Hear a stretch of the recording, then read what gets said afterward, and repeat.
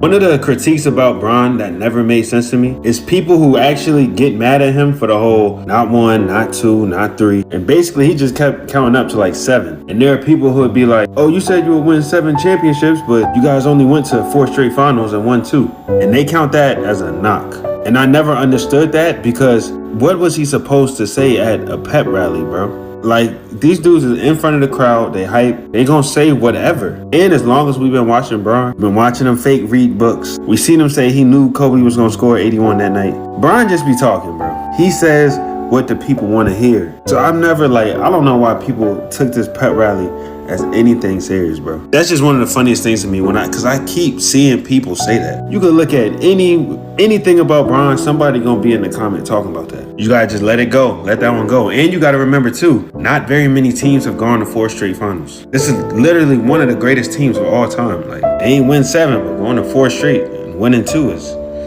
pretty impressive. Not 2, not 3, not 4, not 5, not 6, not 7.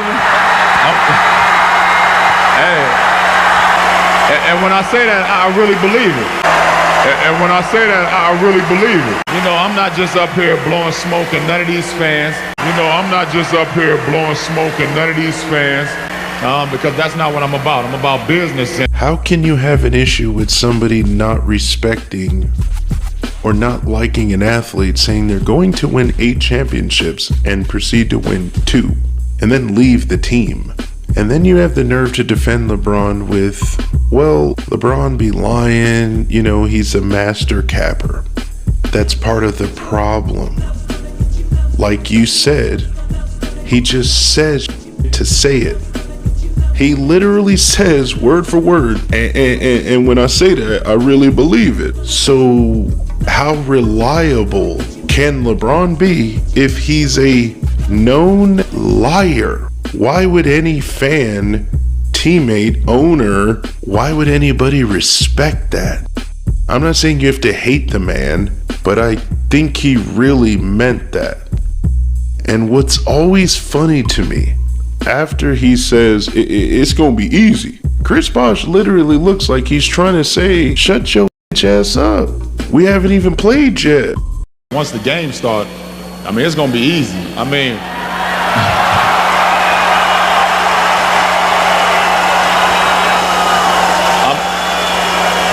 this man put a massive target on his back and all of his teammates. Then they lose, says he played like shit, but then also says we didn't have enough help. The man stands for almost nothing if his word means nothing. That's not a respectable trait. That's not a likable moment. If you respect that, go ahead, Tony Snell. If we have a problem with that, I think it's fair. Name another player that said some dumb shit like that. These dudes is in front of the crowd, they hype, they gonna say whatever. Wade and Bosh didn't say anything crazy like LeBron said. Bosh was out there speaking Spanish and D Wade was sounding pretty professional because he knows what it's like to win a ship.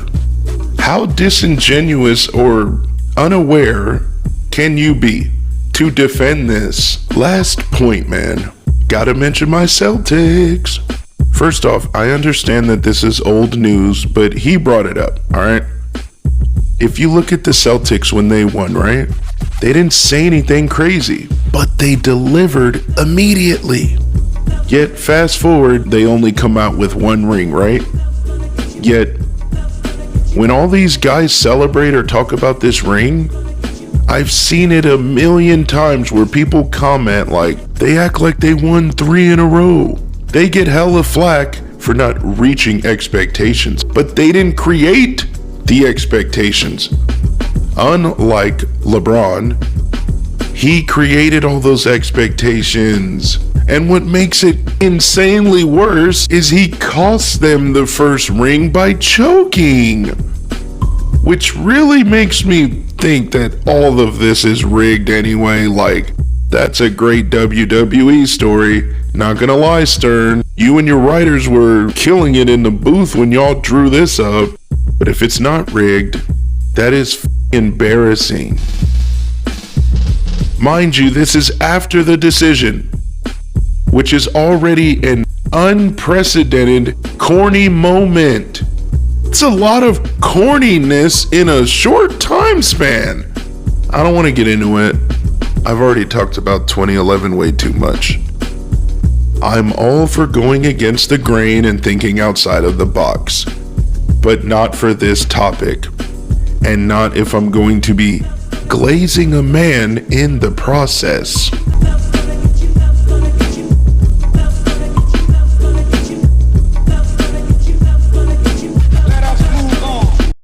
Now you can say whatever you want about LeBron not being clutch, or he doesn't want to take big shots. But one thing about LeBron, whether he shoots the ball or passes it, he's going to make sure in clutch situations the team gets a good shot. That's one thing about LeBron. The team's going to get a good shot, right? And like I said, he makes sure the team gets the best shot available, right? Now, technically, there is no such thing as a bad shot nowadays because logo threes are like the norm for the game now, but come on, bro. I don't really need to show proof for this. Like, come on, you're basically saying LeBron is perfect in the clutch, bro. You gotta relax a little. You're telling me LeBron always sets up his teammates for a good shot with a pass in the clutch. LeBron always gets a good look at a clutch bucket himself when he's shooting. I would have left this alone if he wouldn't just be so extreme with the praise.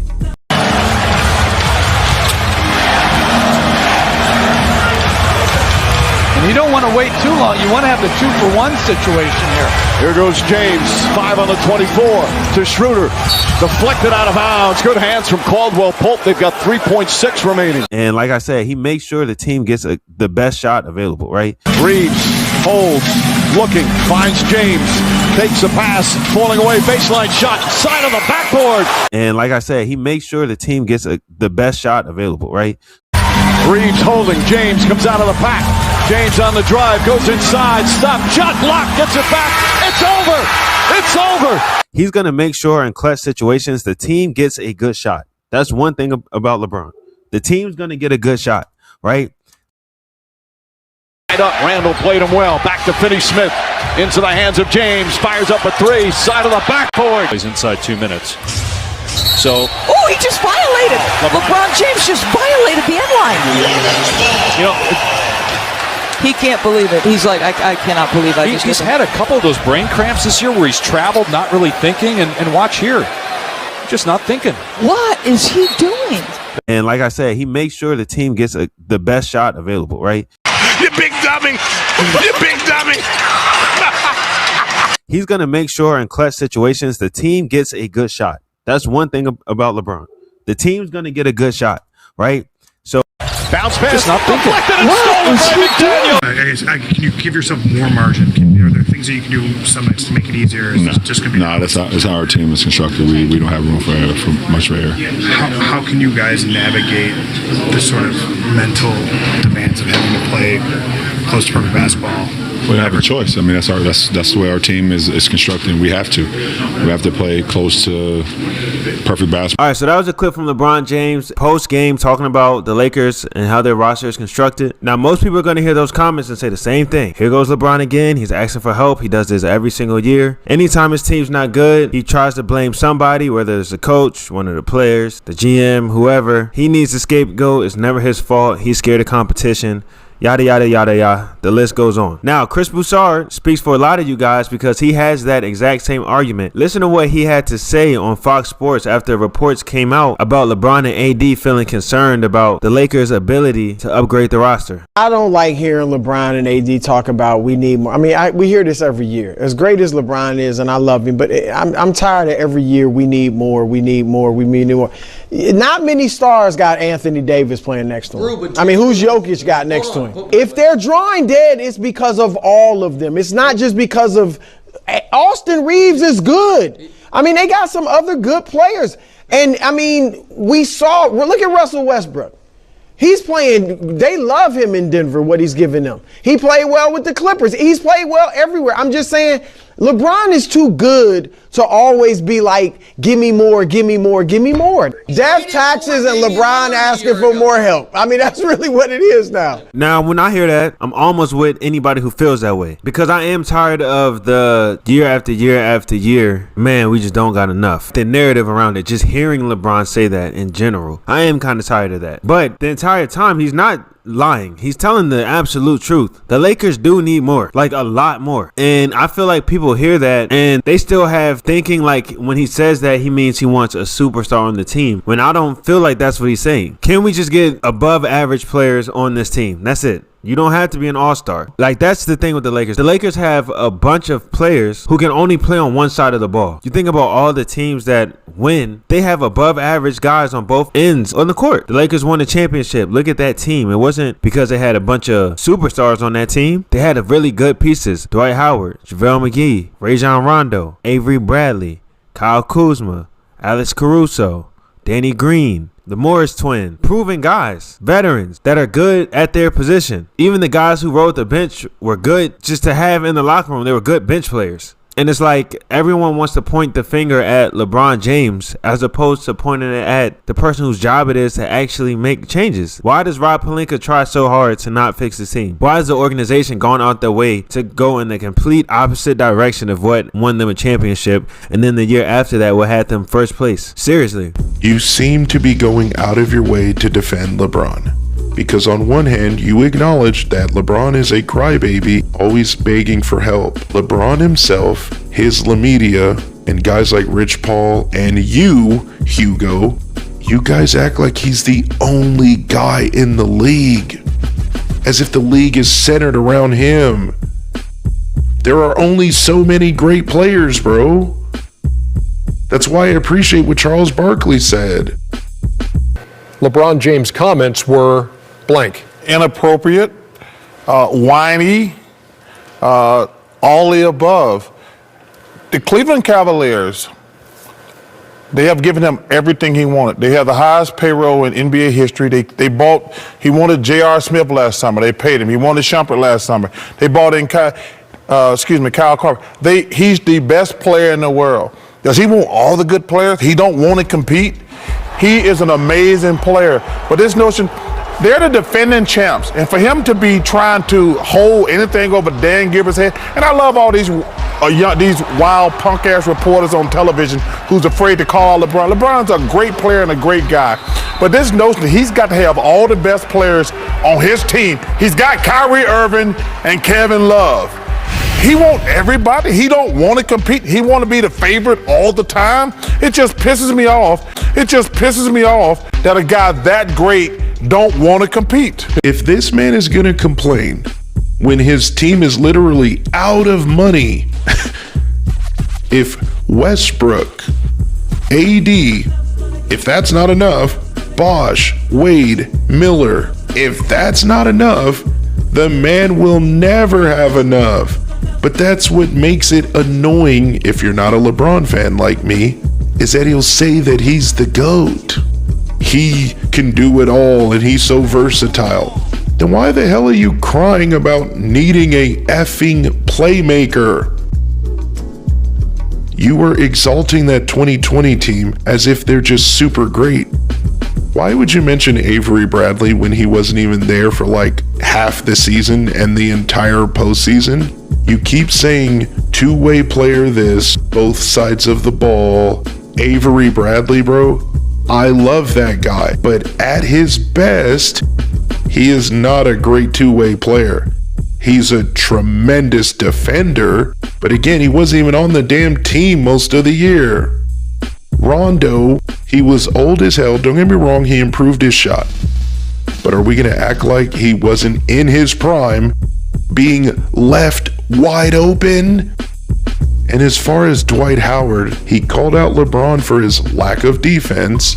I don't think he should have called him the B word, but he did, and he's gone. Dwight definitely would love to be in the league and most likely on the Lakers still. Again, I'm not going to disrespect these players to make my point, but come on. KCP and JaVale McGee, Caruso, they're cool, but they're not outstanding in any way. Like, I get it, Gabe Vincent, Reddish, I understand what you're implying here, but these guys that were on the 2020 team, they are not way better than these players, but they still won it all. And you're seriously gonna act like Danny Green wasn't verbally accosted by Lakers fans, understandably so, but he was turned into a meme because he wasn't showing up like he did in San Antonio. I don't know who was disrespected more, Westbrook or Danny Green, when they were in LA. You're just gonna ignore all of that, huh? On a side note, did LeBron ever defend either of these guys? I'm not sure, let me know. I don't think he ever defended the Russell Westbrook stuff. But anyways, my major point is the front office tried, but it's just never enough.